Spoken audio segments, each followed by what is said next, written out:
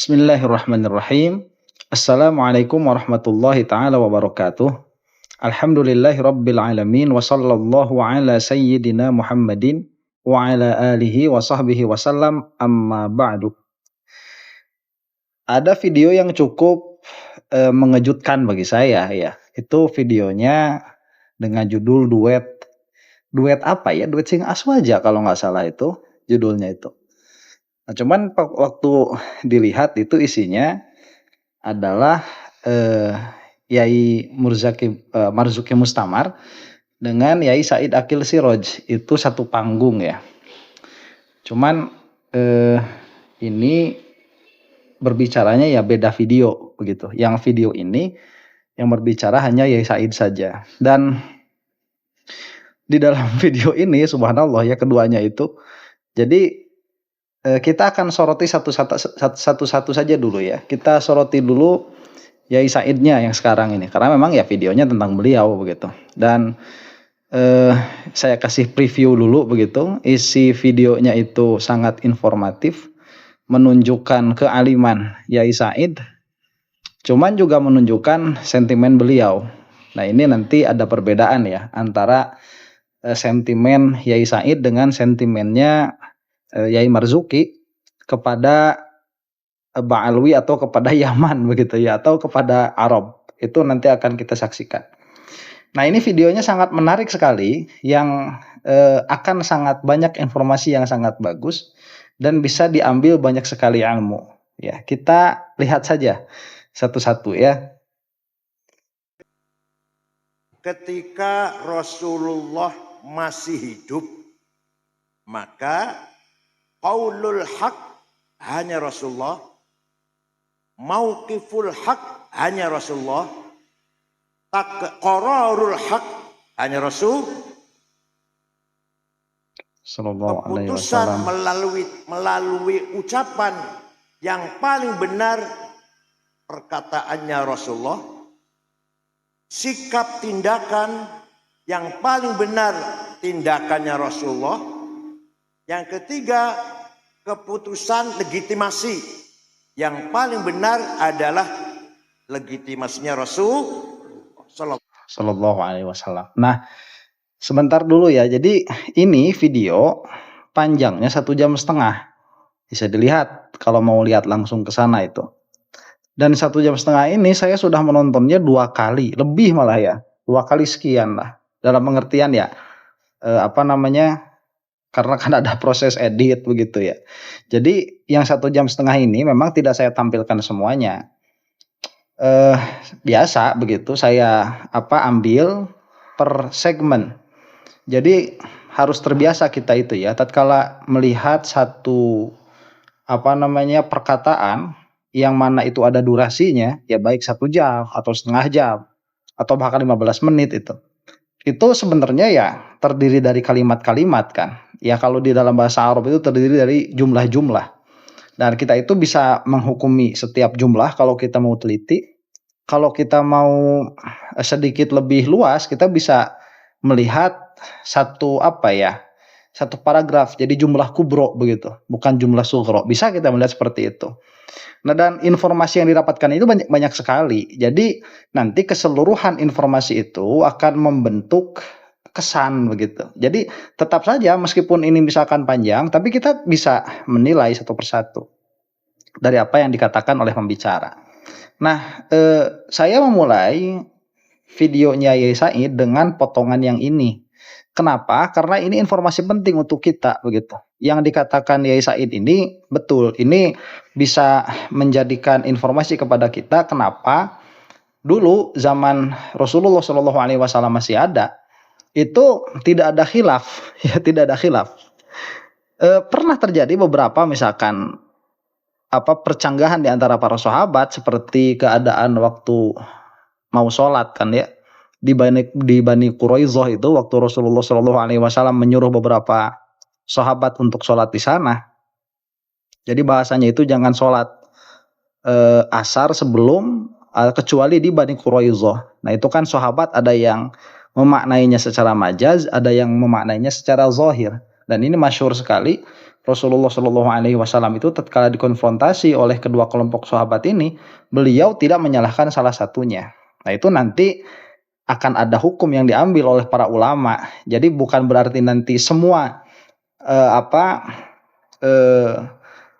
penafsiran, semua pemahaman tentang perkataan Rasulullah Shallallahu Alaihi Wasallam itu bisa dibenarkan semuanya, tidak seperti itu. Nanti ada pembahasannya sendiri begitu. Cuman stressingnya dari perkataan Yai Said yang ini bahwa kalau sekarang kita ini menjadi khilaf, menjadi banyak perbedaan pendapat, ya itu wajar karena memang waktu Nabi Muhammad SAW itu masih hidup, masih ada, semua hukum mutlak kembali kepada beliau begitu.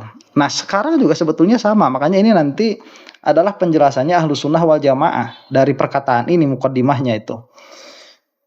Sekarang juga sama, kita itu pasti kembali kepada hukum Rasulullah Shallallahu Alaihi Wasallam. Ya kalau tidak kepada Quran, ya kembali kepada hadis, itu sudah pasti. Cuman nanti kan permasalahannya di dalam pemahamannya itu begitu. Ini perkataan penting untuk difahami sehingga kita memahami khilafiyah yang ada sekarang. Syekh Al-Busiri suatu ketika sakit stroke 1 bulan, gak iso tangi, gak iso melaku. Mimpi jumpa Rasulullah Sallallahu Alaihi Wasallam. Percaya mboten? Percaya mboten? Nah sebentar ya, Syekh Busiri tadi ya. Ini sudah masuk jumlah yang kedua, jadi sudah berbeda dengan yang tadi. Karena itu nanti akan kembali kepada menjelaskan Ahlus Sunnah wal Jamaah. Nah ini akan menjelaskan tentang bermimpi dengan Rasulullah Shallallahu Alaihi Wasallam. Jadi yang disebutkan tadi Syekh Al Busiri itu sakit dan beliau itu bermimpi bertemu dengan Nabi Muhammad Shallallahu Alaihi Wasallam. Nah kemudian karena Yai Said ini kan memang aswajatulen ya, ini menegaskan percaya tidak begitu orang sakit parah bertemu dengan Nabi Muhammad Shallallahu Alaihi Wasallam. Ya Allah, mimpi itu mubasyirah, minal mubasyirat, mimpi itu. Bahkan ada yang mengatakan mimpi itu lebih valid daripada mantak Yunani. Ada berkata begitu. Mimpinya orang soleh loh ya, mimpinya orang soleh, ru'ya shadiqah, bukan adghatu ahlam. Sebentar, itu perkataannya ya. Jadi mimpi itu minal mubasyirat. Jadi perkara-perkara yang bisa memberikan kabar begitu ya, kabar baik pada secara khusus ya, atau kabar secara umum lah. Nah dan Yai Said tadi mengatakan bahwa mimpi ini dia bisa jadi lebih tajam daripada mantiknya Yunani. Itu kata sebagian, cuma sebagian siapa ya tidak tahu. Apakah memang benar seperti itu? Ya saya rasa di dalam hal-hal yang mughayyabat ya, hal-hal yang disembunyikan oleh Allah Subhanahu wa taala, yang mana mantik itu hanya bisa menilai kepada sisi mungkinnya saja, tidak bisa menilai kepada sisi terjadinya, yaitu memang mimpi yang shadiqah tadi katanya. Itu lebih tajam daripada mantik Yunani begitu. Cuman yang susahnya dari mimpi itu begini. Mimpi itu yang susah adalah menilai apakah itu ru'yah shadiqah atau bukan. Nah itu yang susah menilainya itu. Cuman apabila dia mimpi dari orang soleh, memang kebanyakannya ya begitu, tajam dan akurat. Nah ini kenapa saya kasih stressing ya pada pembahasan ini. Jadi banyak sekali ba'alwi itu yang menyatakan mimpi mereka ya di dalam kitab-kitab mereka sebetulnya begitu. Dan yang menuliskan kitab itu ya orang-orang yang soleh ya, minimalnya dimusalamahkan oleh orang-orang selain kelompoknya si Imad itu, kesolehan mereka. Nah ini suka dijadikan serangan bahwa masa ada dzurriyyah Nabi Muhammad SAW atau kedzurriyahan itu ditilai dari sebuah mimpi. Jadi diisbat kedzurriyahannya itu dari sebuah mimpi. Nah padahal ini bukan sebetulnya. Jadi subutnya Bani Ba'alwi sebagai dzurriyyah Nabi Muhammad SAW itu tidak pernah diisbat secara mimpi. Itu diisbatnya secara catatan internal. Dan catatan internal itu diakui oleh para ulama begitu. Yalah kalau misalkan kamu kekeh yaitu bilang bohong apa segala macam, Syali Jum'ah lo nyebutnya itu ijma, itu sudah selesai. Kalau kita mau bilang-bilangan orang itu ya, ini susah ngomong sama Mukimat itu. Nah itu jadi dalam pengertian apa? Orang yang kalian agungkan juga, hei Mukimat, karena sekarang kita itu sudah terpolarisasi kan. Mukimad itu pasti menjunjung tinggi kepada Yai Said Akil itu. Lah itu sudah tidak relevan lagi untuk dijadikan serangan kepada Bari Ba'alwi. Jadi memang ada ya kisah, saya cuma lupa lagi siapa ini, apa Sidna Fakih Muqaddam waktu kecil apa Sidna Ubaidillah begitu, yang mana salah satu dari Ba'alwi itu ragu di dalam dirinya begitu, apa benar saya ini ada darah dari Rasulullah SAW. Ya, dan keraguan itu sebetulnya menunjukkan ketawaduan begitu ya. Itu kan sampai di dalam mimpinya ditegur oleh Siti Fatimah, disebut ahmak kalau tidak salah itu ya, disebut bodoh begitu ya, tolol begitu. Wah itu kan ramai itu sama Mukimad ya, masa Siti Fatimah berkata begitu dan begini begitu. Padahal itu bahasa biasa di dalam menegur, dan mimpi itu kan nanti yang diambilnya bahasa dari orang yang bermimpinya, bukan bukan tidak melulu kenyataan apa yang dikatakan, cuman ya maknanya itu dibungkus dengan lafaz. Makanya yang pernah misalkan bermimpi dengan Rasulullah Shallallahu Alaihi Wasallam, meskipun dia orang Amerika misalkan, ya Rasulullah berkata dengan bahasa Inggris, itu bukan berarti nanti Rasulullah Shallallahu Alaihi Wasallam itu berkata dengan bahasa Inggris pada kenyataannya, cuman yang ditangkap oleh orang yang bermimpi seperti itu, karena mimpi itu dimensinya sudah berbeda begitu mimpi itu. Nah jadi ini saya tekankan supaya tidak menjadi senjata lagi buat Mukimad itu mengatakan, oh masa ada keturunan itu diisbat dengan mimpi. Lah kata Yai Said loh, mimpi itu lebih tajam daripada mantik Yunani. Dan saya sepakat dari satu sisi begitu ya. Dari sisi apa tadi? Dari sisi bahwa mimpi itu bisa mengungkap perkara-perkara yang gaib. Nah cuman yang sulit dari mimpi tadi yaitu memverifikasi apakah mimpinya ini memang ru'yah shadiqah atau bukan. Jadi baru bisa terverifikasi sebagai ru'yah shadiqah apabila kejadian yang dilihat dari mimpinya sudah terlewat, biasanya begitu. Bukan kembangnya tidur, bukan, tapi apa? Bukan kembang tidur ya. Ru'yah shadiqah. Bukan hadithun nafs, bisikannya hawa nafsu. Jadi mimpi, bukan. Namanya ru'yah shadiqah. Jumpa Rasulullah, beliau matur, ya Rasulullah, kula badhe izinkan saya akan menggubah syair yang isinya memuji-muji engkau. Ya silakan. Seminggu jumpa lagi, ngimpi lagi. Sudah selesai Rasulullah. Coba dibaca. Fatabassama Rasulullah sallallahu alaihi wasallam. Rasul jadi tersenyum. Wa masaha jasadahu, musap-musap badannya. Fata'affa fauran, besoknya sembuh, bisa lari, bisa jalan, bisa lari. Percaya mboten? Percaya mboten? Percaya Yai. Percaya silakan, enggak apa-apa. Percaya kalau Yai. Yang percaya min ahli syafaati Rasulullah. Yang enggak percaya mahrumun anda abadan. Ini coba lihat ya. Al-Qur. Sebentar, ekstrim nih. Sampai mana tadi? Bisa lari, bisa jalan, bisa lari. Nah sebentar ya. Nah ini ekstrim ya yang dibicarakan oleh Yai Said ini. Ini kan kisah salah satu kasidah ya. Itu kalau nggak salah burdah. Kalau tidak salah yang diceritakan oleh Yai Said ini.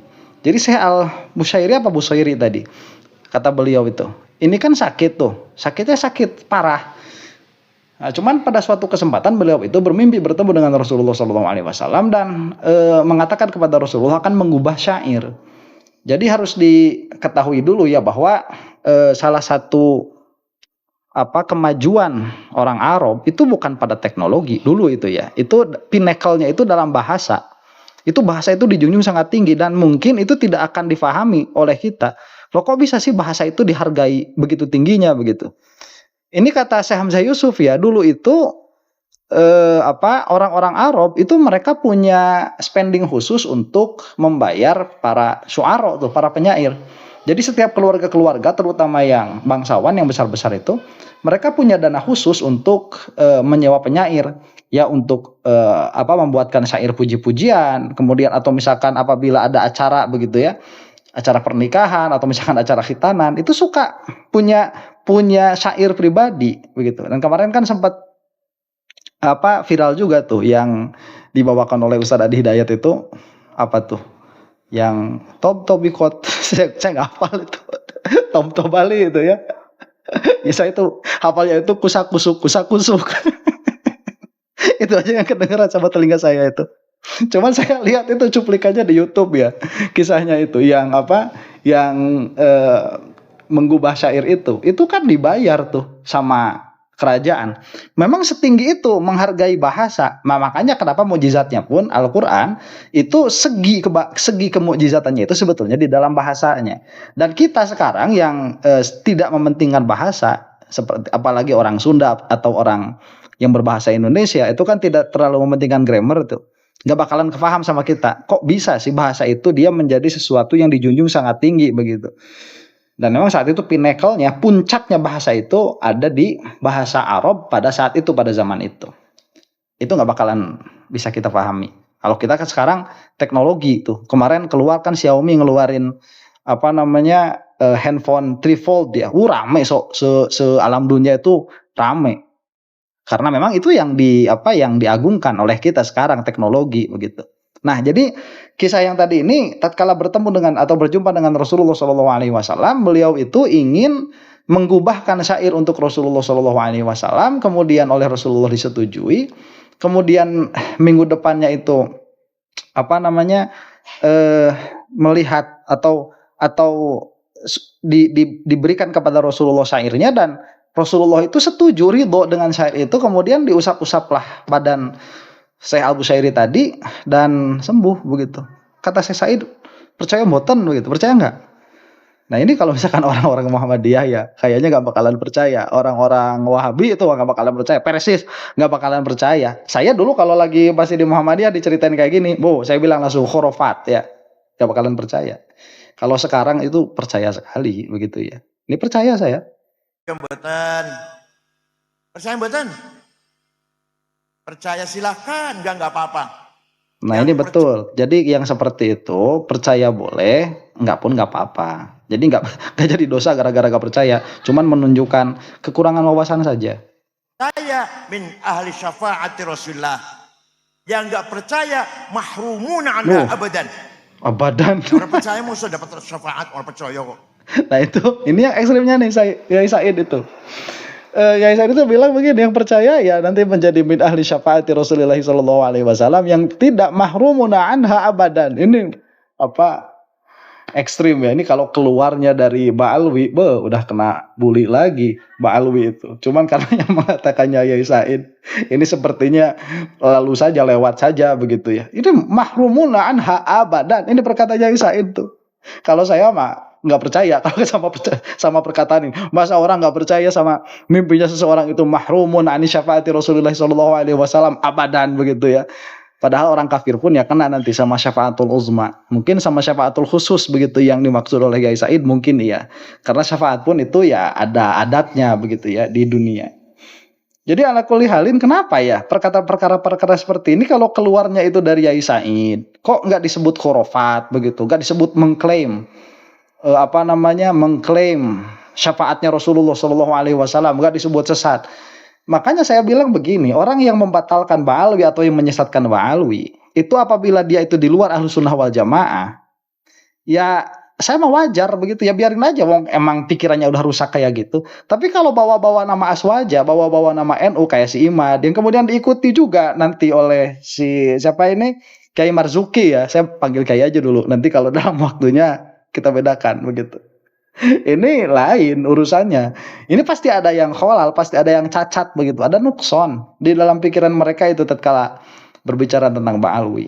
Cuman sampai saat ini ya perkataan Yai Said ini ya beginilah adanya begitu. Wes ikut ngapal? Nah, itu sudah selesai tadi ya. Da'a ilallahi fal mustamsikuna bihi mustamsikuna bihablin ghairi munfasimi. Faqan nabiyina fi khalqin wa fi khuluqi. Sebentar, ini dari tadi ini kan membicarakan kisahnya satu qasidah ya, burdah kalau tidak salah. Silahkan koreksi di bawah kalau saya salah. Kemudian membacakan syair yang sangat panjang sekali, dan Yai Said ini salah satu orang yang hafalannya kuat. Kalau di Muhammadiyah itu ada Ustadz Adi Hidayat, itu di kita ada Yai Said Akil tuh sudah dari dulu. itu kuatannya, hafalannya hebat sekali. Beliau itu pernah hadir di UIN Sunan Ampel ya, dulu masih Yai namanya waktu saya kuliah itu.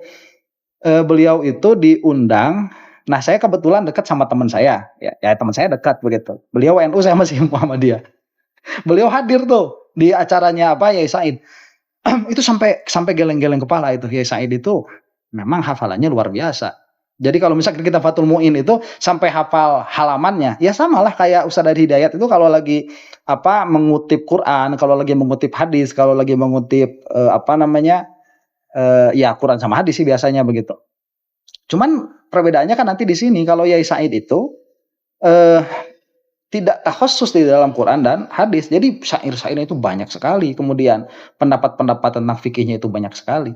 Kita mesti hormat lah. Makanya kita melihat di sini nih ya, Yai Marzuki Mustamar ini sampai rela duduk di bawahnya Yai Said. Dan saya tidak melihat Yai Said ini duduk di bawahnya Yai Marzuki. Ini kalau Pak Alwi yang kayak gini ya, ini bayangin ya kalau saya duduk di bawah kayak gitu misalkan, ini di atas saya yang duduk Habib Ali, ini langsung kena framing itu jongos Pak Alwi begitu. Ini makanya kalau misalkan judulnya nanti agak provokatif ya maafkan ya. Jadi saya bilang nanti di dalam judulnya itu Yai Marzuki Mustamar Ridho jadi jongosnya. Siapa ini? Yai Said Akil Siraj begitu. Dan wallahi ya, dalam membicarakan keilmuan seperti ini, saya ridho duduk lebih rendah daripada Yai Marzuki Mustamar itu di bawahnya Yai Said Akil Siraj. Memang kalau lagi ngomongnya bener nih ya, lagi lurus pikirannya Yai Said ini luar biasa beliau itu. Makanya saya ini kan tidak mengkritik Yai Said Akil itu sebagai personal, tidak. Saya mengkritik dari perkataannya yang tertentu saja, dan itu sangat sedikit sekali sebetulnya. Nah ini akan kita lihat karena ini ada kejadian yang lucunya. Ini ngobrolin syair panjang sekali, dan memang Yai Marzuki Mustamar juga hafal ya dari sebagian apa yang diucapkan oleh Yai Said. Makanya kan dilihat tuh mulutnya Yai Marzuki ikut gerak juga. Da'a ilallahi fal mustamsikuna bihi mustamsikuna bihablin ghairi munfasimi faqan nabiyina fi khalqin wa fi khuluqi falam yudanuhu fi ilmin wala karami. Yang sedang kutangisi, kurindukan adalah sebentar ini saya lihat wajahnya Yai Marzuki Mustamar di sini, Masya Allah, itu wajah apa? Ini don't take me wrong ya. Saya kalau berada di sisi seperti ini, di sisi di tempat Yai Marzuki Mustamar, saya akan melihat Yai Said itu lebih kagum begitu. Karena saya melihat kekaguman sebetulnya, kebingungan begitu. Ini alim sama alim. Jadi dalam pengertian begini ya, Yai Marzuki Mustamar itu punya ilmu, Yai Said Akil Siraj ya udah nggak usah kita ragukan lagi. Orang yang bisa menghargai ilmu hanyalah orang yang berilmu lagi. Ya, itu permasalahan di dalam ilmu tuh. Makanya orang alim tuh ngomong ngecapruk lama-lama, yang dengernya orang awam, yang dengernya orang jahil, itu nggak bakalan ada penghargaan sama sekali. Itu pernah atau sering diibaratkan kalau ada profesor masuk pasar, itu orang cuek aja. Tapi kalau seorang profesor ini dia sudah masuk seminar, semua orang berdiri begitu. Ya karena memang begitu. Jadi kalau misalkan kita punya ilmu, kita bisa mengapresiasi ilmu orang lain. Kalau kita nggak punya ilmu, kita nggak bakalan bisa mengapresiasi ilmu orang lain. Karena ilmu itu ya cahaya begitu. Jadi terang melihatnya. Saya lucu aja, ini kayak anak kecil melihat superhero begitu. Dan don't take me wrong ya, saya juga mungkin akan lebih kagum daripada Yai Marzuki Mustamar kalau melihat langsung kepada Yai Said Akil begitu. Sayyiduna Muhammad sallallahu alaihi wasallam, Sayyidul Arabi wal Ajam, Sayyidu alamil mulki wa alamil malakut, Sayyidul insi wal jin, Sayyidud dunya wal akhirah. Dialah Nabi kita yang kuharapkan, yang selalu kita harapkan syafaat pertolongannya ketika kita sedang menghadapi problem besar, muskilah besar, musibah besar, maka tidak ada harapan kecuali mengharapkan syafaat Rasulullah sallallahu alaihi wasallam. Percaya mboten? Percaya, Yai, percaya. Jawab percaya mboten? Percaya, Yai. Yang percaya insya Allah pasti min ahli syafaati Rasulullah. Yang tidak percaya pasti mahrumuna anha. Gak akan dapat. Gak percaya mau soleh. Gak percaya. Coba ya, mentang-mentang Kiai Said itu ya hafal hafal syair burdah begitu. Oh sampai yang percaya ahli syafaat Rasulullah, yang nggak percaya mahrumun anha. Masya Allah. Justru syafaat itu yang paling dibutuhkan itu ya sama orang-orang yang nggak ngaji ya begitu. Kalau menurut saya ya tanpa tanpa melihat rendah kepada Kiai Said Agil Siraj begitu. Kalau syafaat itu justru yang membutuhkan itu orang yang banyak dosa. Orang Muhammadiyah itu loh kayaknya lebih butuh syafaat Rasulullah daripada orang NU. Orang NU itu sedari awal udah sholawatan ya. Sholawatan itu kan banyak sekali pahalanya. Jadi nggak usah disafaatin nanti di yaumil qiyamah. Dari pahala sholawat aja juga kayaknya udah selamat tuh. Yang kasihan itu orang-orang Muhammadiyah. Sama orang-orang Persis yang kasihan itu. Nah ini sebetulnya ada yang harus saya kritisi juga dari perkataan Kiai Said Agil Siraj. Cuman kalau diterusin ini gak bakalan cukup waktunya. Ini sepertinya akan menjadi series yang sangat panjang ini. Jadi saya harapkan kesabarannya di dalam menonton videonya begitu ya, kepada yang menonton, kepada yang melihat. Dan kalau ada apa-apa begitu, tolong spam aja di bawah ya, kolom komentar ramein tuh supaya ini, soalnya bagus sekali apa yang dibicarakan sama Kiai Said Agil Siraj itu, wah luas sekali informasinya. Dan iyalah kita nggak usah gontok-gontokan Ba'al atau bukan begitu ya, di dalam beberapa hal kita ambil manfaat begitu. Wallahu taala alam bisawab. Assalamualaikum warahmatullahi taala wabarakatuh.